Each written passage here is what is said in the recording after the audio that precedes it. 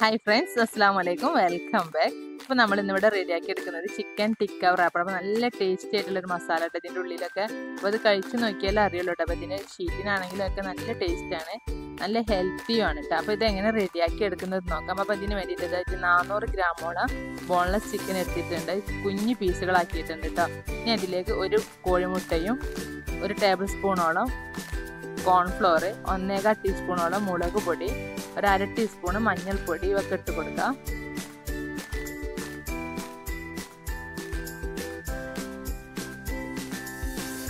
ഇനി ഇതിലേക്ക് 1/2 ടീസ്പൂണോളം കസൂരി മേത്തി ചേർത്ത് കൊടുക്കുന്നുണ്ട്. അപ്പോൾ നല്ല ടേസ്റ്റ് ആയിട്ട് ഈ ഒരു ലീഫ് ഉണ്ടെങ്കിൽ, അപ്പോൾ അത് നമ്മുടെ സൂപ്പർ മാർക്കറ്റുകളിലൊക്കെ അവൈലബിൾ ആണ്. അപ്പോൾ ഉണ്ടെങ്കിൽ ചേർത്ത് കൊടുക്കുക, ഇല്ലെങ്കിൽ സ്കിപ്പ് ചെയ്യാവുന്ന കേട്ടോ. അപ്പോൾ ഞാനത് 1/2 ടീസ്പൂണോളം ഇട്ട് കൊടുത്തിട്ടുണ്ട്. പിന്നെ 1/2 ടീസ്പൂണോളം ഗരം മസാലയും ആവശ്യത്തിനുള്ള ഉപ്പ് ഇട്ട് കൊടുക്കുക. അപ്പോൾ 1/2 ടീസ്പൂണോളം ഉപ്പും ചേർത്ത് കൊടുത്തിട്ടുണ്ട്. ഇനി ഇതിലേക്ക് 1 ടേബിൾ സ്പൂണോളം വിനെഗർ കൂടി ചേർത്ത് കൊടുക്കുന്നുണ്ട്. അപ്പോൾ അതില്ലെങ്കിൽ ലെമൺ ജ്യൂസ് ഉപയോഗിക്കാവുന്നതാണ് കേട്ടോ, അല്ലെങ്കിൽ തൈര് ചേർത്ത് കൊടുത്താലും മതി.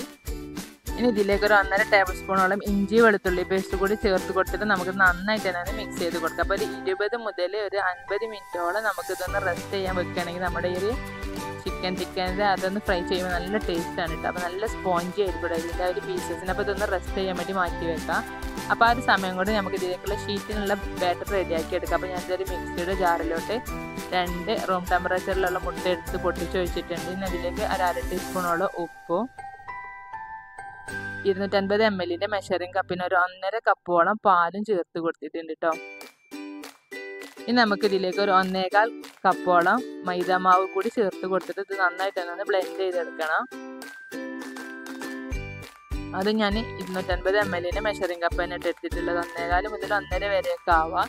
നന്നായിട്ട് തന്നെ ഇതൊന്ന് ബ്ലെൻഡ് ചെയ്തെടുത്തിട്ടുണ്ട്. നമുക്കിതൊരു ബൗളിലേക്ക് മാറ്റാം. അപ്പോൾ ഈ ഒരു ബാറ്റർ നല്ല തിക്കായിട്ടാണ് ഇരിക്കുന്നത്. അപ്പോൾ നമുക്ക് ഒട്ടും കട്ടയില്ലാതെ വേണം ഇത് റെഡിയാക്കി എടുക്കണം. അപ്പോൾ അതിന് വേണ്ടിയിട്ടാണ് ഞാൻ മിക്സിയിലിട്ടിട്ട് നന്നായിട്ട് തന്നെ ബ്ലെൻഡ് ചെയ്തെടുത്തത്. അപ്പോൾ അത് മുഴുവൻ നമ്മളിത് ഒരു ബൗളിലേക്ക് മാറ്റിയിട്ടുണ്ട്. ഇനി നമുക്ക് ആ ഒരു ഇത് കണ്ടിട്ട് നല്ല തിക്ക് ബാറ്റർ. അപ്പോൾ ഇതിലേക്ക് ഇനിയും നമ്മൾ വെള്ളം ഒഴിച്ച് കൊടുക്കേണ്ടതുണ്ട് കേട്ടോ. അപ്പോൾ ഞാനിത് ആ മിക്സിയുടെ ജാറിൽ തന്നെ കുറച്ച് വെള്ളം കൂടി ഒഴിച്ച് നന്നായിട്ട് ഒന്ന് ചുഴറ്റിയെടുത്ത ശേഷം ആ ഒരു വെള്ളം ഇതിലേക്ക് ഒഴിച്ച് കൊടുത്തിട്ടുണ്ട്. അപ്പോൾ നമുക്ക് നന്നായിട്ട് തന്നെ ഒന്ന് മിക്സ് ചെയ്ത് കൊടുക്കുക. അപ്പോൾ അധികം തിക്കും ആവരുത്, എന്നാൽ തീരെ ലൂസും ആവരുത് കേട്ടോ. അപ്പോൾ അങ്ങനത്തെ ഒരു കൺസിസ്റ്റൻസി ആയിരിക്കണം നമ്മുടെ ഈ ഒരു ബാറ്ററിന്. ഇപ്പോഴും നല്ല തിക്കായിട്ട്. അപ്പോൾ നമുക്ക് ഇതിലേക്ക് കുറച്ചുകൂടി വെള്ളം ഒഴിച്ച് കൊടുക്കാം. അപ്പോൾ ഒരു 1/4 കപ്പ് വെള്ളം ഞാൻ വീണ്ടും ഒഴിച്ച് കൊടുത്തിട്ടുണ്ട്. നന്നായിട്ട് തന്നെ മിക്സ് ചെയ്ത് കൊടുക്കാം. നന്നായിട്ട് തന്നെ മിക്സ് ചെയ്ത് കൊടുത്താൽ അപ്പോൾ എപ്പോഴും നമ്മൾ ഇതേപോലെ അങ്ങനെ മുകളിലേക്ക് ഒഴിക്കുന്ന സമയത്തൊക്കെ ഒന്നുകൂടി തിക്കാണ്. അപ്പോൾ ഇനി നമുക്ക് ഇതിലേക്ക് ഒരു 1/4 കപ്പ് കൂടി വെള്ളം ഒഴിച്ച് കൊടുക്കണം. എന്നിട്ട് നന്നായിട്ട് തന്നെ മിക്സ് ചെയ്ത് കൊടുക്കട്ടോ. അപ്പോൾ അതാ ഈ ഒരു കൺസിസ്റ്റൻസി തന്നെ മതിയാവും കേട്ടോ. അപ്പോൾ നമുക്കിതാ നമ്മളിതേ രീതിക്ക് തന്നെ ഇങ്ങനെ ഇതാക്കുമ്പോൾ പിരിഞ്ഞ് വരുന്നുണ്ട് കേട്ടോ മാവ്. അപ്പോൾ ആ ഒരു രീതിയാണ് വേണ്ടത്. എന്നിട്ട് നമുക്കൊരു സൈഡിലേക്ക് മാറ്റിയ ശേഷം നമ്മൾ നേരത്തെ മാരിനേറ്റ് ചെയ്ത് വെച്ചിട്ടുള്ള ആ ഒരു ചിക്കന് നന്നായിട്ടൊന്ന് ഫ്രൈ ചെയ്തെടുക്കണം. അപ്പോൾ ഡീപ് ഫ്രൈ ചെയ്യേണ്ട ആവശ്യമൊന്നുമില്ല, ഷാലോ ഫ്രൈ ചെയ്തെടുത്താൽ മതി കേട്ടോ. അപ്പോൾ 1 ടേബിൾ സ്പൂണോളം സൺഫ്ലവർ ഓയിലാണ് ഞാൻ ഒഴിച്ച് കൊടുത്തിട്ടുള്ളത്. ഇതിലേക്ക് നമ്മുടെ ചിക്കൻ ചേർത്ത് കൊടുക്കാം. അപ്പം ഏകദേശം ഒരു 45 മിനിറ്റോളം ഇത് നമ്മൾ റെസ്റ്റ് ചെയ്യാൻ വേണ്ടി മാറ്റി വെച്ചിട്ടുണ്ടായിരുന്നു കേട്ടോ. അപ്പോൾ നമ്മൾ എത്ര റെസ്റ്റ് ചെയ്യാൻ മാറ്റി വെക്കുന്നുണ്ട് അത്രയും സോഫ്റ്റ് ആയിരിക്കും കേട്ടോ നമ്മുടെ ചിക്കൻക്ക്.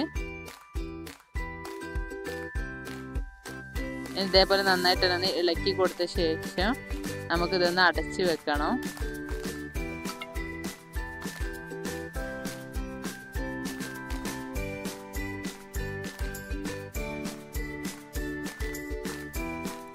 അതിനിടയ്ക്കൊക്കെ നന്നായിട്ട് ഇതേപോലെ ഒന്ന് ഇളക്കി കൊടുക്കാൻ ശ്രദ്ധിക്കണേ.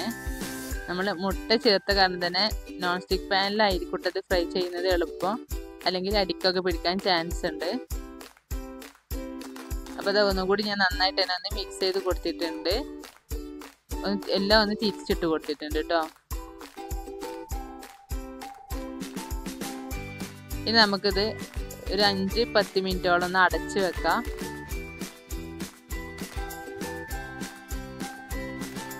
അപ്പോൾ അത് നമ്മൾ ആ തുറന്ന് നോക്കുന്ന സമയത്ത് അതിലുള്ള വെള്ളമൊക്കെ ഇറങ്ങി വന്നിട്ടുണ്ട് കേട്ടോ. ഇനി അതിൽ കിടന്നിട്ട് നമ്മുടെ ഈ ചിക്കൻ നന്നായിട്ട് തന്നെ കുക്കായി കിട്ടും. അപ്പോൾ അത് ഒരു വശമൊക്കെ ഇതേ രീതിക്ക് നന്നായിട്ട് തന്നെ ഒരു ഗോൾഡൻ ബ്രൗൺ കളറായി കിട്ടിയിട്ടുണ്ട്. അപ്പോൾ നമുക്ക് ഇതൊക്കെ ഒന്നുകൂടി തിരിച്ചിട്ട് കൊടുക്കാം. എന്നിട്ട് ഇത് നന്നായിട്ട് തന്നെ ഫ്രൈ ചെയ്തെടുക്കണം. അപ്പോൾ കണ്ടില്ലേ, ഏകദേശം ഈ ഒരു രീതിക്കായിട്ട് നമ്മൾ ഫ്രൈ ചെയ്തെടുത്തിട്ടുള്ളത്. അപ്പോൾ അതൊരു സൈഡിലേക്ക് മാറ്റി വെച്ച ശേഷം നമുക്കിത് വേറൊരു പാൻ സ്റ്റൗ ടോപ്പിൽ വെച്ചിട്ട് അതിലേക്ക് 1 ടേബിൾ സ്പൂണോളം സൺഫ്ലവർ ഓയിൽ തന്നെ ഒഴിച്ച് കൊടുത്തിട്ടുണ്ട്. ഇതിലേക്ക് ഒരു 5 മീഡിയം സൈസിലുള്ള സവാള സ്ലൈസ് ചെയ്ത് ഇതിലേക്ക് ഇട്ട് കൊടുക്കുക.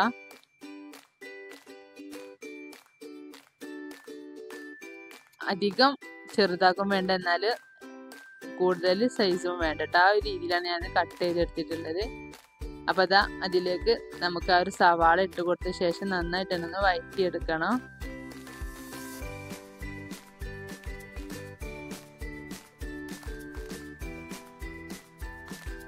ഇതിലേക്ക് പച്ചമുളകും കറിവേപ്പില കൂടി ഇതേപോലെ ഇട്ട് കൊടുക്കുന്നുണ്ട്. എന്നിട്ട് വീണ്ടും നന്നായിട്ടൊന്ന് വഴറ്റിയെടുക്കുക.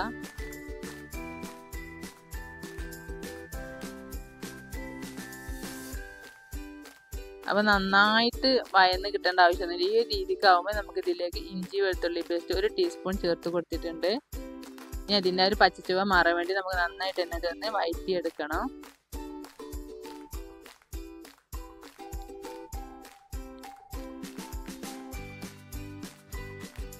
ഇതിലേക്ക് ഞാനിതാ 1 ടീസ്പൂണോളം മുളക് പൊടി ചേർത്ത് കൊടുക്കുന്നുണ്ട്. അപ്പോൾ നല്ല സ്പൈസിയാണ് കേട്ടോ ഈ ഒരു മസാലക്ക്, നല്ല ടേസ്റ്റുമാണ് കേട്ടോ ഇത് കഴിക്കാൻ. 1/2 ടീസ്പൂണോളം മഞ്ഞൾപ്പൊടി. അപ്പോൾ നമ്മൾ ഓൾറെഡി നമ്മൾ ചിക്കനിൽ ചേർത്തക്കാണ്. ഈ ഒരു സവാളയിലേക്ക് വേണ്ടത് മാത്രം നമ്മൾ ചേർത്ത് കൊടുത്താൽ മതി കേട്ടോ. അപ്പോൾ ഒരു 1/2 ടീസ്പൂണോളം മുളക് പൊടിയും 1/4 ടീസ്പൂണോളം മഞ്ഞൾപ്പൊടിയും ഇട്ട് കൊടുത്തിട്ട് അതിൻ്റെ പച്ചച്ചുവൊക്കെ മാറാൻ വേണ്ടി നമുക്ക് നന്നായിട്ട് ഇതൊന്ന് ഇളക്കി വഴറ്റിയെടുക്കണം.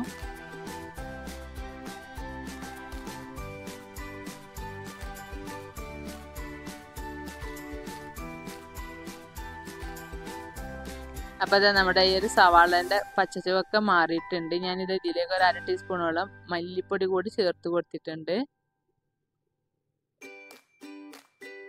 എന്നിട്ട് നന്നായിട്ട് തന്നെ മിക്സ് ചെയ്ത് കൊടുക്കുക.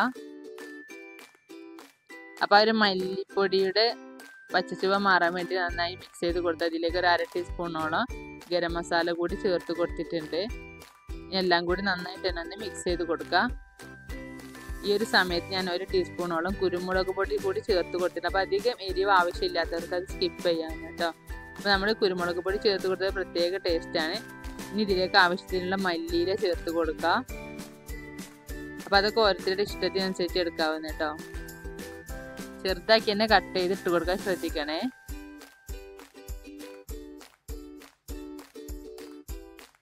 ഇത് നന്നായിട്ട് തന്നെ ഒന്ന് മിക്സ് ചെയ്ത് കൊടുക്കുക. ഈ ഒരു സമയത്ത് ഞാൻ ഒരു 1/2 ടീസ്പൂണോളം ചെറിയ ജീരകം ഒന്ന് പൊടിച്ചെടുത്ത് കൂടി ചേർത്ത് കൊടുത്തിട്ടുണ്ട് കേട്ടോ. അപ്പോൾ നല്ലൊരു ഫ്ലേവർ കേട്ടോ നമ്മുടെ ഈ ഒരു ചിക്കൻ ടിക്കയുടെ മസാലയ്ക്ക്. നമ്മൾ ആ റെഡിയാക്കി വെച്ചിട്ടുള്ള നമ്മുടെ ആ ഒരു ചിക്കൻ ഫ്രൈ ചേർത്ത് കൊടുത്തിട്ട് നന്നായിട്ട് തന്നെ ഒന്ന് മിക്സ് ചെയ്ത് കൊടുക്കുക.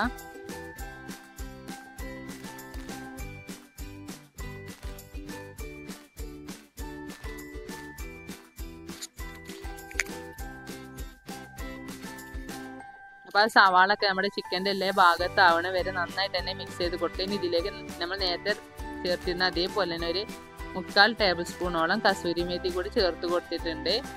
ഇനി ഇതിലേക്ക്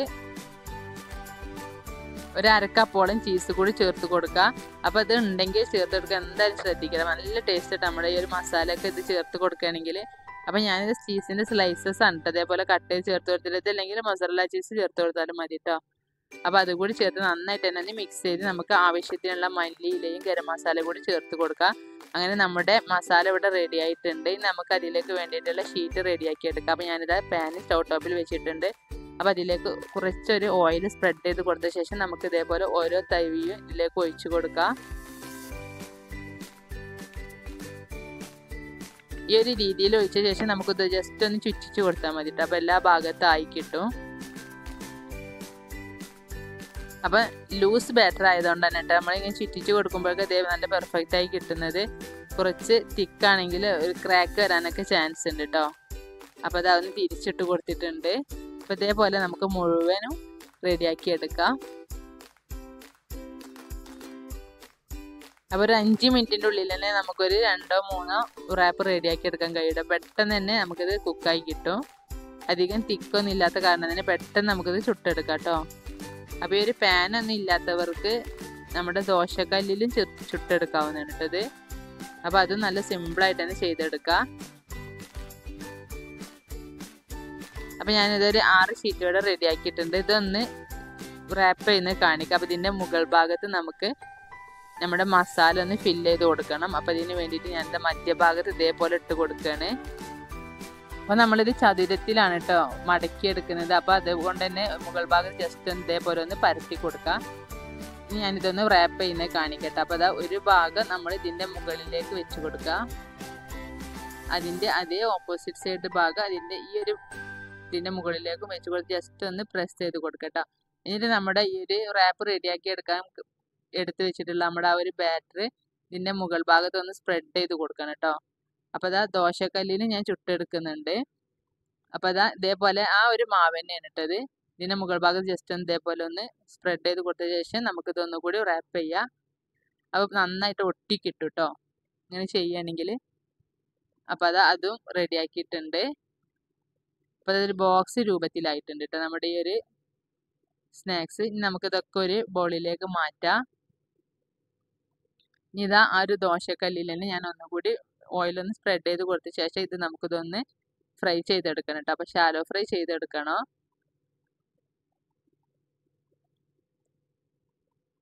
അപ്പോൾ ഓരോന്ന് ഇതേപോലെ വെച്ച് നമുക്ക് തിരിച്ചും മറിച്ചൊക്കെ ഇട്ട് നന്നായിട്ട് തന്നെ ഒന്ന് കുക്ക് ചെയ്തെടുക്കാം കേട്ടോ. ജസ്റ്റ് ഇതൊന്ന് തിരിച്ചിട്ട് കൊടുത്താൽ മതി. അധികം കുക്കാവേണ്ട ആവശ്യമൊന്നുമില്ല കേട്ടോ. അപ്പോൾ നമ്മൾ കഴിക്കുന്ന സമയത്ത് നല്ല ചൂടോട് കൂടെ തന്നെ കഴിക്കട്ടോ. ഇങ്ങനെ ആവുമ്പോൾ അല്ലെങ്കിൽ നമ്മൾ ചുടുന്ന സമയത്ത് തന്നെ റാപ്പ് ചെയ്യുകയാണെങ്കിൽ നമ്മൾ കഴിക്കുന്ന സമയത്ത് കുറച്ച് തണുത്ത് പോകാനൊക്കെ ചാൻസ് ഉണ്ട്. അപ്പോൾ അതിൻ്റെ ടേസ്റ്റൊക്കെ നഷ്ടമാവും. അപ്പോൾ ഇതേ രീതിക്ക് നമ്മൾ റാപ്പ് ചെയ്ത ശേഷം ഇതേപോലെ ഒന്നുകൂടി ഇതേ രീതിക്ക് ഒന്ന് ഷാലോ ഫ്രൈ ചെയ്തെടുക്കുകയാണെങ്കിൽ നല്ല ടേസ്റ്റിൽ തന്നെ നമുക്കിത് കഴിക്കാൻ കഴിയും. അപ്പോൾ ഇത് കഴിച്ച് നോക്കിയാലേ അറിയുള്ളൂ കേട്ടോ ഇതിൻ്റെ ടേസ്റ്റ്. നല്ല ടേസ്റ്റ് ആയിട്ടുള്ള റെസിപ്പിയാണ്. നല്ല ഹെൽത്തി ആണ്. ഏത് പ്രായക്കാർക്കും കഴിക്കാൻ പറ്റിയ ഐറ്റമാണ്. അപ്പോൾ നമ്മുടെ ഇതിൽ ആ ഒരു മസാലയുടെ ചിക്കനൊക്കെ നല്ല ടേസ്റ്റ് ആയിരുന്നു കേട്ടോ. അപ്പോൾ ഞാനിതൊന്ന് കട്ട് ചെയ്ത് കൂടി കാണിക്കാം. അപ്പോൾ ഇഷ്ടമായെങ്കിൽ ലൈക്ക് ചെയ്യാനും ഷെയർ ചെയ്യാനും കമൻറ്റ് ചെയ്യാനും മറക്കരുത്. എല്ലാവരും ഒരിക്കലെങ്കിലും ഇതൊന്ന് ട്രൈ ചെയ്ത് നോക്കണം കേട്ടോ. അപ്പോൾ ആരെങ്കിലും സബ്സ്ക്രൈബ് ചെയ്യാതെ കാണുന്നവരുണ്ടെങ്കിൽ ഒന്ന് സബ്സ്ക്രൈബ് ചെയ്ത് സപ്പോർട്ട് ചെയ്യുക. പിന്നെ നമുക്ക്